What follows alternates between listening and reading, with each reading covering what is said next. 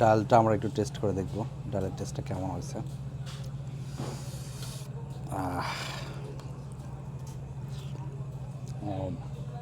ডালটাও সুন্দর, সব মিলে এটা ভরপুর একটা খাওয়া, পরিপূর্ণ একটা খাবার টেবিল। মানে এই টেবিলে কি নেই, চিংড়ি মাছের ভর্তা থেকে শুরু করে, মাছের ডিমের ভর্তা থেকে শুরু করে, পোয়া মাছের ভর্তা থেকে শুরু করে, তারপরে যে ইলিশ মাছের লেজের ভর্তা থেকে সব কিছুই আছে। তবে আমার কাছে আমি এটা খুব এনজয় করছি, বিশেষ করে ইলিশ মাছের ফ্রাইটা, যেহেতু আমি এটা নিজ হাতে ফ্রাই করেছি, এটা আমি অনেক এনজয় করতেছি।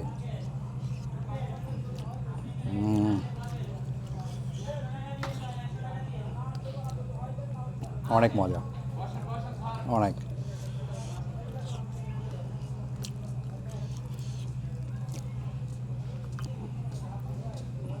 এই রেস্টুরেন্টে একটা ভালো দিক দেখলাম যে সবাই খুব আন্তরিক, দাম দর নিয়ে খুব বেশি একটা সমস্যা পড়তে হয় নাই।